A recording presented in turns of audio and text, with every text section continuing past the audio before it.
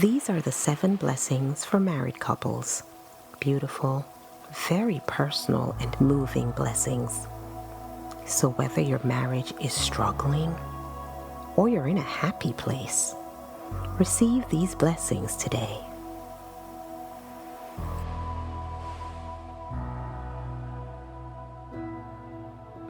Love. May you be blessed with love. May your admiration, appreciation, and understanding for each other foster a love that is passionate, tranquil, and real.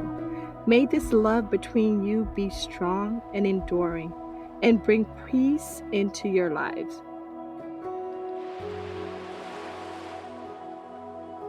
A loving home. May you be blessed with a loving home filled with warmth, humor, and compassion.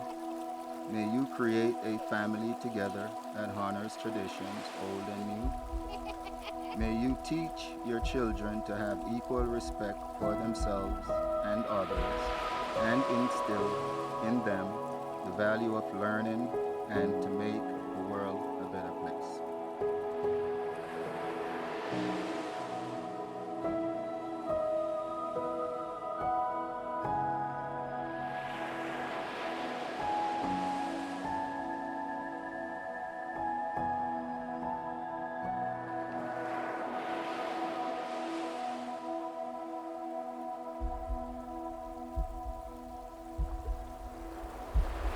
Humor and play. May you be best friends and work together to build a relationship of substance and quality. May your sense of humor and playful spirit continue to liven your relationship.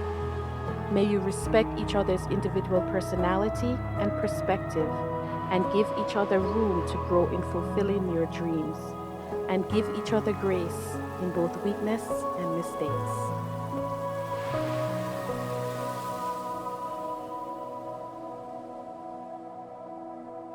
Wisdom. May you be blessed with wisdom. May you continually learn from one another and from the world. Together, may you grow, deepening your knowledge and understanding of each other and of your journey through life.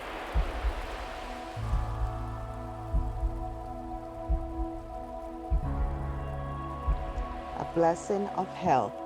May you be blessed with health. May life bring you wholeness of mind, body, and spirit. May you keep each other well balanced and grounded, and live long that you may share many happy years together. Art, beauty, creativity. May your life be blessed with the art and beauty of this world. May your creative aspirations and experiences find expression, inspire you, and bring you joy and fulfillment. May you find happiness together in adventures big and small, and something to celebrate each day of your lives. Community. May you be blessed with community. May you always be blessed with the awareness that you are an essential part of a circle of family and friends. May there always be within this group love, trust, support, and laughter. And may there be many future occasions for rejoicing in each other's company.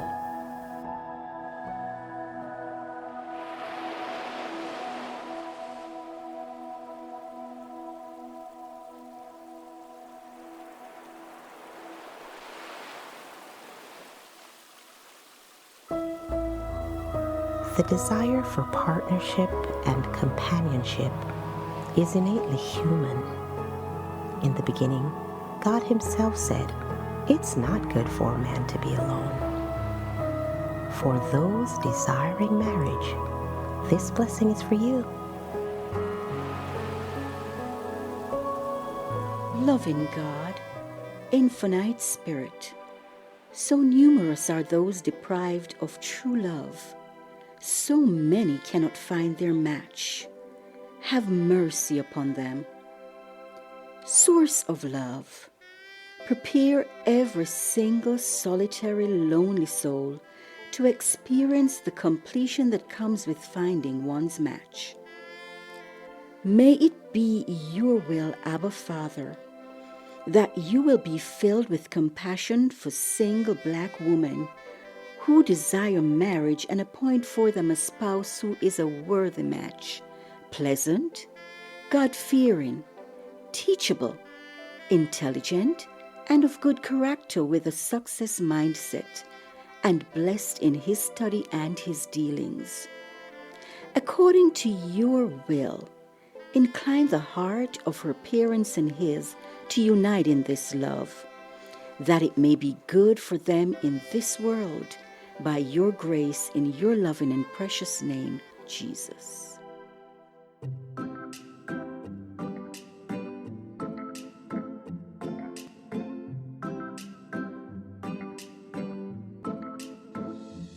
Hello, hello, hello, world. We're honored you came back to the Beloved Queens podcast. I'm Tina Matherson with my ladies, Claudia Lewis, everybody calls Queen Trina, and Veronica Gray.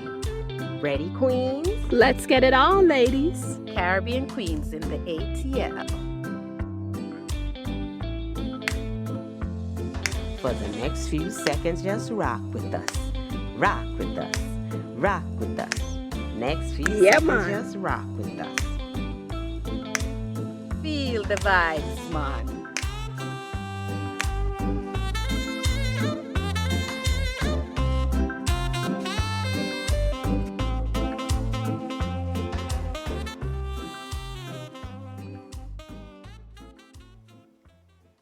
So last week you heard our stories, guys, and we talked about just our road to the ring. And as you can tell, we were a hot mess. Now, like us, I always find it interesting that too many of us, we spend a whole lot of time preparing for the big day, the wedding day, and far too few of us prepare for our marriage. So today we're going to discuss that.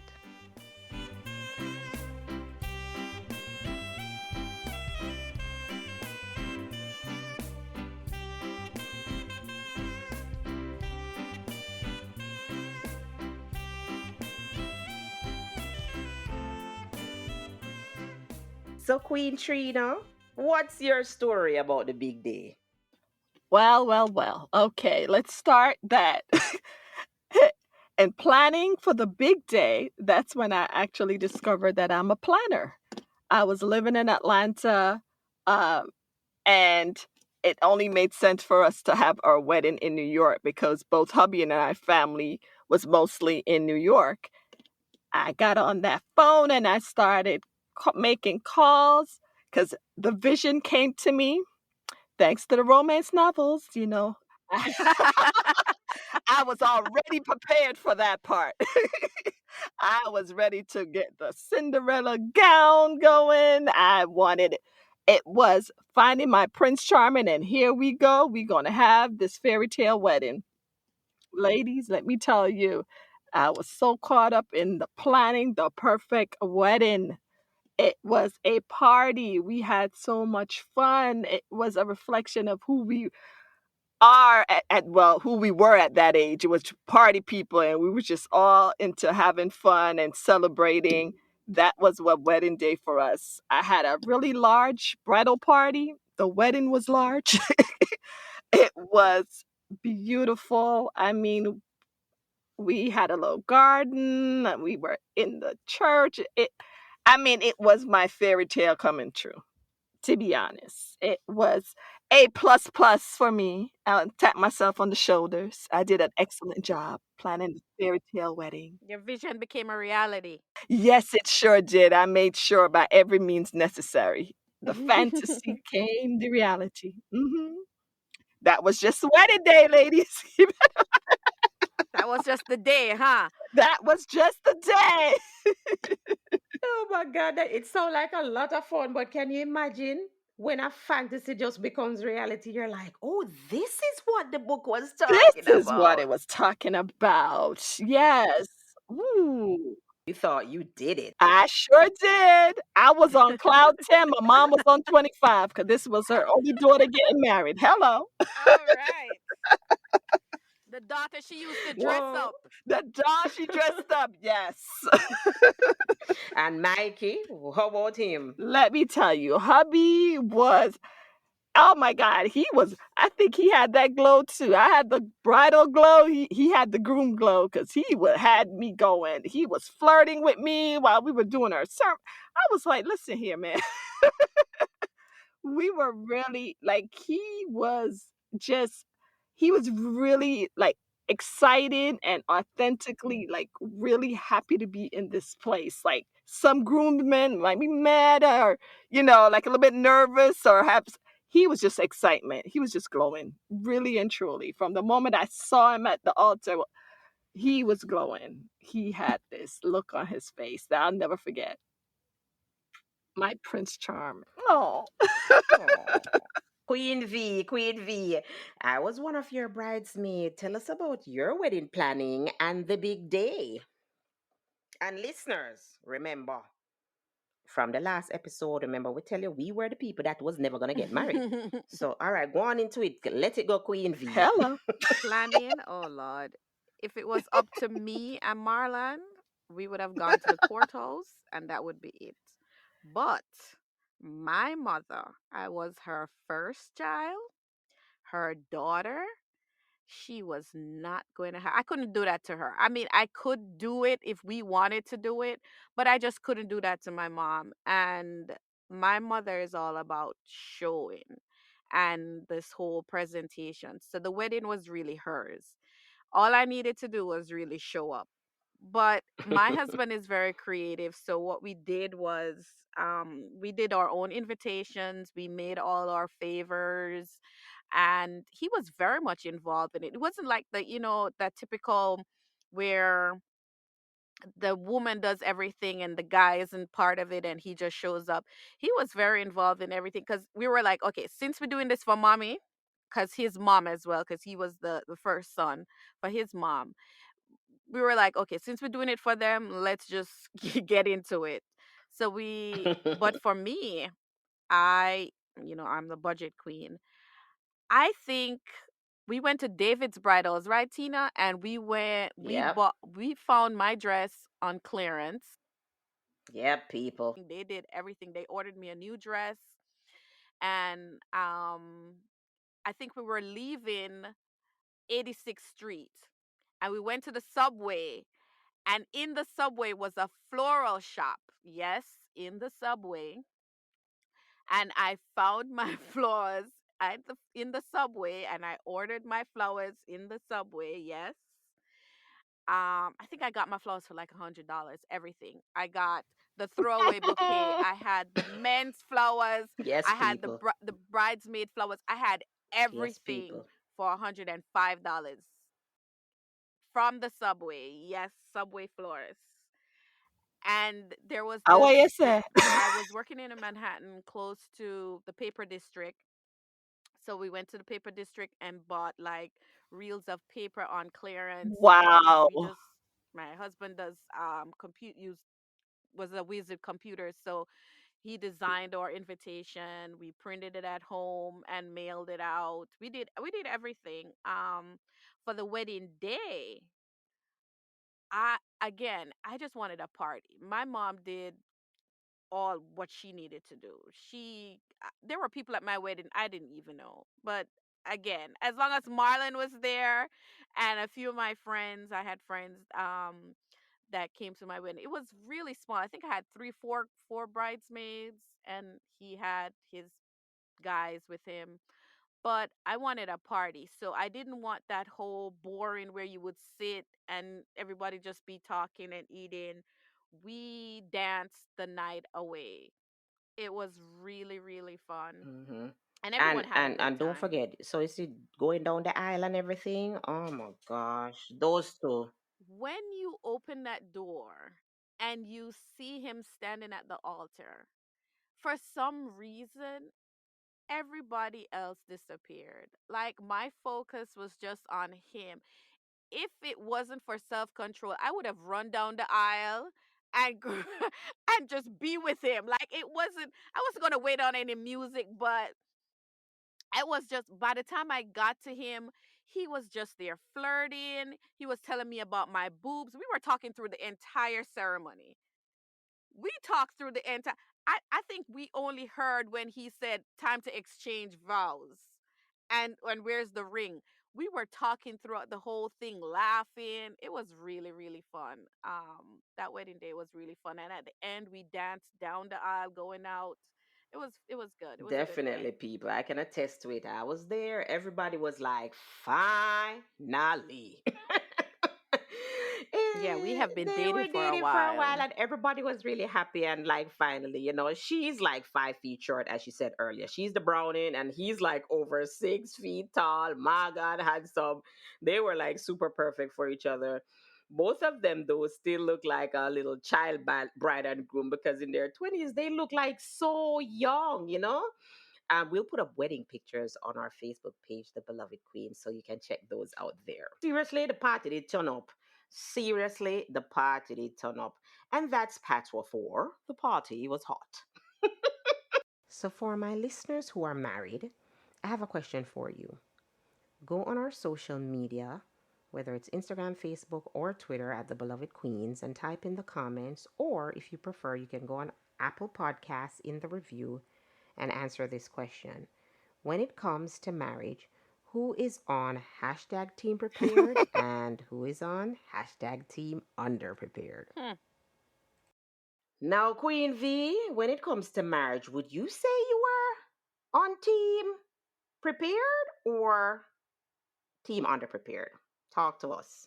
Team underprepared for sure. There is just no way from someone who had no idea about marriage to all of a sudden getting married and now okay, we finish, we say I do, the honeymoon is great. Here comes the Waterloo. I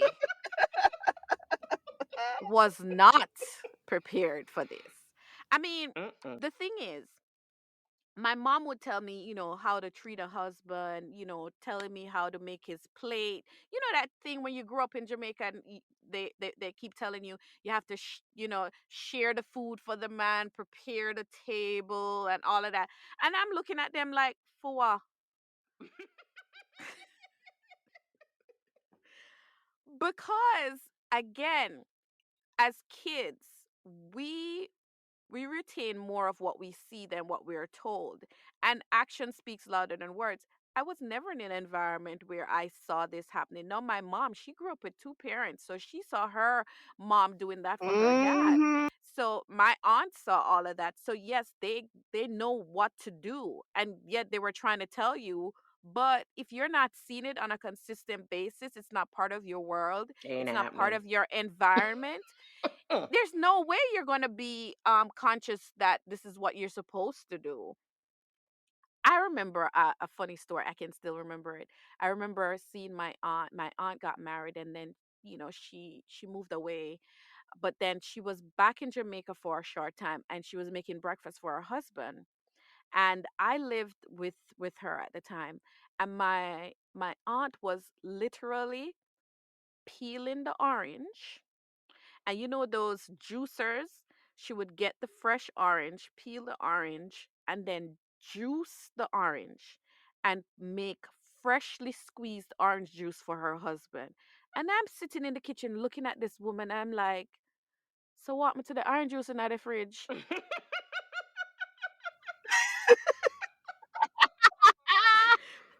Where's the What box about orange true juice? juice? I mean, what? And this woman, and she was looking at me like, that look where, when adults look at you like, we have the saying in Jamaica, young bud no storm. Like, you will know when you get older why I'm doing this. Without saying a word, that was the look I got, was, okay, you just don't understand now. And it doesn't even make sense. I explain it to you why I'm doing this. But one day you will know. And she was right. One day I did know why, because she has a love for her husband and she doesn't see it as being, submissive to him. She just see it as showing love. She wants him to she wants to show love and appreciation for her husband, and this is how she was doing it. for me, young, don't have a boyfriend, um, young, free, single, this was just wild to me. I was never in my wildest dream think I was ever going to do that for any man at all. Mm. So, after the wedding bells, it sounded like you were kind of spoiled and only wanted someone serving you, but you didn't want to really serve. So many things, though, you discover after the wedding that even when you're dating with so many years that you didn't know about him. Like what? Tell us some of those things. When you're dating, everything is nice for most of the part. Hopefully, everything is nice and all that's good. But then when you move in with someone, that's a whole that's 24 hours being with this person that you used to spend maximum 12 hours. If you get half a day with that person, that's the maximum time normally when you're dating you would spend with the person if they have time, because everybody has work, they have lives, whatever. So between 4 to 12 hours, I think it's the max, right? Now you're with this person 24 hours. You wake up, they're there. What side of the bed do they sleep on? How do they use the toothpaste? Like the simple small stuff. Like, do they take the cap off the toothpaste? Or did they squeeze from the middle? Did they squeeze from the end? Wi- Are they messy? Do they leave the toilet seat up? Like the simple things that can trigger. Now you have to deal with, okay, do they wash the dishes? Do they while they're cooking, or they wait until they're finished and then there's a whole mess and the kitchen is all messy? You have to learn each other's behavior. Now, it's not just them, it's you too. They are getting to learn your behavior. And that's when everything becomes real. It's almost like we have this saying where see me and live with me is two different things. When you are dating, and I think a comedian said, I think it was Chris Rock, it's almost like a representation. You are dating the represent because you get time, because when you're going out on your date, you get time to dress, get ready, look your best, you can be on your best behavior for 12 hours. You can, but But 24. 24 is a whole nother level. And for my girls out there who, live in the makeup world and their mates never see them without makeup, when you're married, chances are they're going to see you without makeup. Are you comfortable enough to be around them being you? Because all of a sudden now they know the dating you. They're going to have to know the real you. And now this person has to fall in love with the real you. Now the good, bad, Good, and the indifferent. bad. Yes. Facts, facts, facts. Facts. That's the New Yorker and me. Facts. Oh my God. Oh, yes. In marriage, life gets real, real quick. So, Queen Tree, I know you got a whole story here. How prepared or unprepared were you? Definitely team unprepared. You heard Queen V talk about serving a man. 1 second, ladies. Take a moment. It's gonna be rough for a lot of you. Um, I had no idea how to cook. Okay, What? Jamaican Jamaican women don't know how to cook. I grew up in a household full with women. I didn't have to cook growing up. So I never had any desire. I love to eat, love my belly. I'm a foodie, but cooking, I had no desire to cook. So imagine being married and having your husband teaching you how to cook. Hubby taught me how to cook.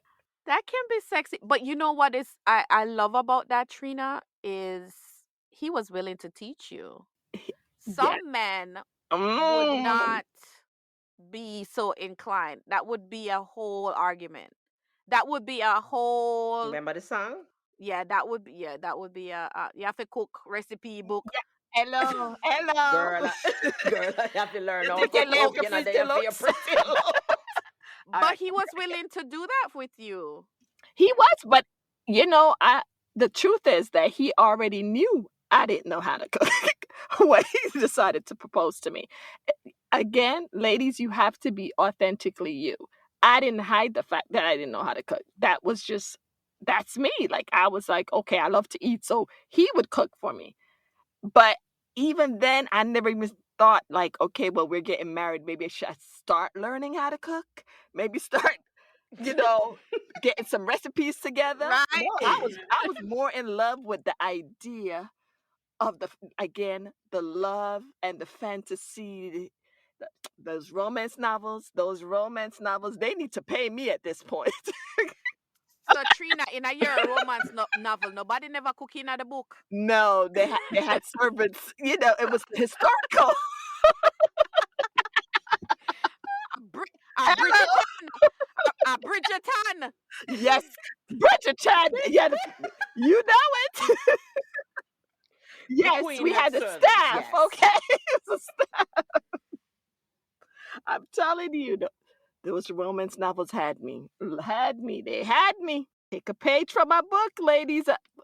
Learn these things. Learn these things. Lessons. Lessons. I was so spoiled, you see, that listen. And you didn't know, you know what, you don't know your spot again until you start live with someone. That I used to get, being an only child. Would you consider that being spoiled? I'm just asking myself. Would you consider that being spoiled if you don't have any, if you just ask for things and it happens? It's not spoiled. It's just how you were raised. It's all you were No, raised. you can't call that spoil. Me never have no competition for acts. I just me. So okay, so this is the thing. If I don't get what I need, Oh my gosh. me just stop talk. Mm. I would just shut down. And in Jamaica we call that malice. Mm-hmm. I will vex. Back. And okay, thinking back, it was more like ignorance because you couldn't communicate what it is that you wanted, and you didn't know how to let the person you're living with, let your husband know that you desire something and you didn't know how to communicate, basically. So I would just shut down. And when I mean I shut down, ladies, listen, I'm not talking about a few hours, Mm. I'm not talking about a day, may I talk weeks. All right, Tina, not so much S. But that was horrible because how is it that you're living in this house, Mm. you and your husband, and you're not speaking? I mean, but in my young head, my young mind, I'm talking to you, young ladies, I did not see anything wrong with it. Mm. I did not see it as a problem. I see it in my mind like, listen, you must know why I am not speaking. You're supposed to fix it. And now you stop talking, and the poor man don't know why you stop talk. Me done. He hasn't a Mind reader. clue. He hasn't a clue, but in our head, he should read our minds. He Mm-hmm. should be able to detect that this crazy lady is having an issue and she automatically shuts down and I need to fix it. The man hasn't a clue as to what is the problem, not knowing that you are spoiled. And it's because you didn't get your way and you don't know how to compromise. You decide Mm. that you are going to be stubborn and that spoiled child start kicking and screaming and just pout and not say anything. That cannot work. It took me years to remember that I cannot be like that. It took a while for me to understand that if you have an issue, you have to be able to communicate it so that he knows he is not a mind reader and there's no way that he can help or fix the situation. And a lot of times, guys, because they want the situation to be resolved, they come and apologize. Poor thing, they have no clue what they're apologizing for. Because by the time I realized that I forgot what I was being upset about, it took so long. I'm stewing into something that I totally forgot why I was upset. but you're carrying it on because you're in it for the long run. You're stubborn. You're in it for the long run. You hold it on strong. Wrong and strong. Wrong and strong. Ladies, please don't do it. Don't do it. And then if you're doing it now, stop. Find a way to communicate. Find a girlfriend or somebody to vent it out with. And someone that will tell you the truth, not a yes girlfriend or a yes guy friend. Find someone who will let you know when you are wrong. Because sometimes when you say it out loud, Tina will be like, "You serious? You serious? You know to say are you wrong? You're the one who is in the wrong right here." And you look at it and you have to look in yourself. If you're truthful and if you're honest with who you are, you will realize, okay, so that's not going to work. You have to go back and apologize. That's the thing. And sometimes too, you discover that you do have something to be upset about. You also discover the flip side of that sometimes because it could be a trigger that has been there since Yeah. childhood or whatever, and it erupt. And so there's both sides of that. Can you remember the time when you was in complete shutdown mode, but you were kind of still reading your Bible and Listen, man, I do devotions every day religiously. I do my devotions. And, you know, I remember one morning in my, stewing and being all quiet and not speaking to my husband. That morning I woke up and I went to do my devotion, and my husband kindly highlighted a passage in the Bible for me to read. And again, it was such a long time. And that hit me so much because here I am being rebellious. I would call it rebellious because I'm just being in this mode of stubbornness and being quiet and not speaking, and but I'm reading my Bible and trying to be this good Christian. How is it that you're trying to be a Christian, being Christ-like, and you're not speaking to your husband? Without saying a word, I was so convicted. I had to get out of my mess and go and apologize to my husband and just, call truce, because without him being loud, or he didn't have to say a word. Just highlight the Bible verse and I was done. wow. And so that's what the official term for that is called stonewalling, guys. We're gonna put on our social media page, so go and check it out. I didn't realize until you know you get old in a marriage and research that this Research. is actually you are stonewalling out your mate. So we will. And I think a lot of us do it That's the consciously and thing. So we're gonna unconsciously. put up something so that because knowledge is power, right? So we're gonna put up something on it so you know what it is. And sometimes it's connected to daddy issues. There's all kinds of things that it's connected to, but sometimes when you just don't have the words, it shuts down, and that never gets us anywhere. Um, but I think it's just more common than people are willing to admit in marriage. For me, as a child, I kind of self preserved and learned to shut off anything or anybody that felt to me like a threat or rejection. And it was totally justified, like V said. It's my way to self preserve, period. Okay. I called it, Hello. this is what and when I said it's to V, she knows what it means. It's like you're dead to me because we did it. It's almost like the person is not there. Okay. And I literally call it this "you're dead to me" syndrome. It's like you're just literally moving through your days, literally moving through your interaction like the person just dead, right? And that's something How can you love the person and have that feeling? because as a child, right? As a Wow. child, when daddy is not there, instead of admitting that, it's easier for you to admit that he's dead than it is to say that he's alive and not caring about me. It's Mm. something I write about in my book. You can go and search on it in Amazon. I go deeper in it, but it's really it's really something that I did to self preserve as a child because you're like, there's no way that he doesn't care. I'd rather imagine that he's not alive. How crazy is that, right, people? But and also, there's a thing in the Bible that a lot of people quote when people are getting married, right? About not letting the sun go down on your wrath. Don't we all know that one? Mm, God, listen. good Lord, good Lord. Between me, Queen V, Queen Trina, we messed that up so many times. And this feels like the perfect timing to just break um, and dive into discussing this as one of our myths because is it really possible to get a resolution for a conflict before you go to bed every single day?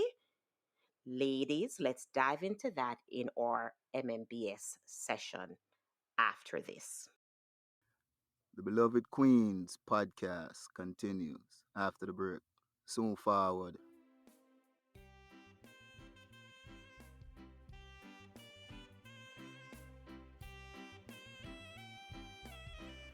This week's Empress shout out goes to Miss Rose with Horizons Event Center.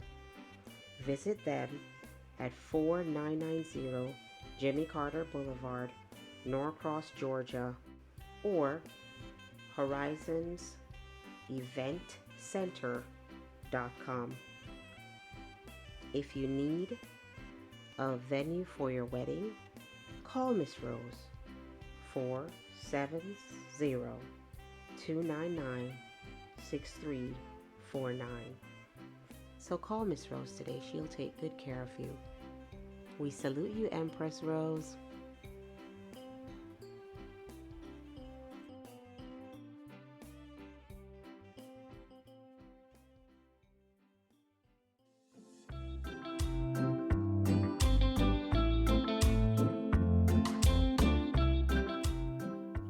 This is Queen Trina from the Beloved Queens podcast. If you want to help support our podcast, click the heart on our website, belovedqueens.com. Glad you're back with us. This is the Marriage Mythbuster segment, MMBS for short. Before the break, we touched on resolving conflict before going to bed. Queen V, for our listeners who may be wondering, what if I'm there now? How do I get out? Now, with stonewalling, everyone heard about never go down, don't let the sun go down on your wrath, or don't. Everybody gives this marriage advice about don't go to bed angry. How is that going to be possible? If you're upset and it's 11 p.m., you're not going to sleep. You have work in the morning. The kids need to get up. They got school. What's going to happen? You going to fake a makeup? That does not happen when you're angry. Now, for those who can do it, good luck. God be with you. I mean, God bless you all. For those who can, I was never able to. I'm not sure if anyone that I know was ever able to just go without being angry and go to bed all happy every night. When you're in a fight, that's just not reality. And I'm not saying that it's not possible. I'm just saying it wasn't my reality. It wasn't Tina's reality. It wasn't Trina's reality. None of my friends, I can't remember ever having hearing anyone say, "Oh, we just resolved it," or "We stayed up all night and made sure we worked it out before we went to bed." No, no, no, no, no. That's a lie. That's another myth that we have to get rid of. If you're angry and you don't know how to resolve it, go to bed. Me gone on my bed fast, fast, cause me no want to chat to you. I mean, it's not going to resolve itself. And sometimes when you push the issue, you're not ready to talk. You're not ready to resolve it, and you will say the wrong thing. Sometimes you need that space. Now, don't be like me and do the weeks. Those were the days back, way, way, way back in the days. Don't let it last for more than a day, but you have to get ready for the fight so that you can fight fairly. Because if you go in angry, trying to make sure you meet the sunset or the midnight deadline before you go to bed, you're going to say things that you didn't want to say. And remember, we are the ones that we can hurt our mate the most, because with more love, we have more hurt in words to hurt them. We know where to stick them. We know the daggers. We know where to pull the punches. So you give yourself time. Don't be on that pressure time limit of, oh, I have to make it before we can't go to bed because we're angry. Give yourself time so that you can think about what you need to say so you can fight fairly the next day. True. And some people, honestly, some people, some whether male or female, need time to process. Oh Lord, my husband is a processor. Jesus have mercy. Talk of Listen the to me, things. people. Listen to me. They got to process. I am more action, and I just again just speak out verbal diarrhea, right? My husband processes.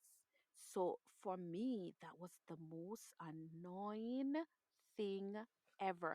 I had to learn how to accept his process, because a lot of times him taking him time to process helps us, because I would jump into the fire. Right. Burn up yourself. But because he takes time, it prevents us from getting into a whole lot of trouble. I jump at everything. But him taking his time to process, and when I say take time to process, my husband will take days. For example, sorry, girls, one quick story. I went on vacation recently, and Yes. I Pop love it up. long drives. So we drove, Yeah. and Uh-huh. in the long drives, we get to talk. I asked my husband, like, why did he choose me? Because I think there was one of the topics we were discussing for our podcast. I think it's the upcoming podcast. It's why he chose me and stuff like that. I asked my husband, right? I think when we were driving down, when my husband answered me, he answered me, but I didn't understand. He said, because I know you. And I'm like, what do you mean? I didn't understand what he was saying. On our way coming back was when my husband came in after pumping gas. He said, the other day when you asked me, I was like, seriously, babes? Oh.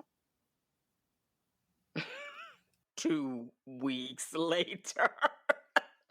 Because he took the time to think about what was being asked. And he came and so he knew that I didn't understand. And again, I was just like, I don't understand what he was saying, but I left it alone because he gave me his answer, right?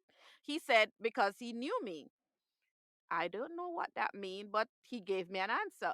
But now he came back after processing it and told me his explanation. So he's a processor, I'm a reactor, and I, go, go, go, go, go, go.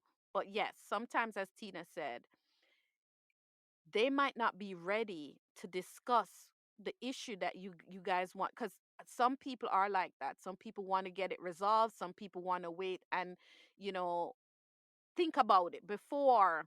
Some people want to get it Yeah. right. Some people want to resolve, and some people want to get it right. So again, that's part of knowing the husband. That's part of the after I do.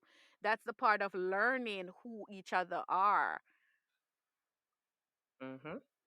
And that's the thing. So, as guys, as you can hear from where we started, we knew we couldn't stay the same and realized that transformation comes when individually as the couple we understand that we can create our own unique relationship. Both can see what's working, take some things like, from what they like. Both can decide if something is not working, trash it, build something new. Between books, Bibles, people doing it well, we can choose to change, get prepared, even if it's after the fact. Until next time, add us to your calendar every Monday. Subscribe, like, leave a comment, and tell everybody, I mean everybody, about our podcast. And don't forget to follow us on all social media at The Beloved Queens.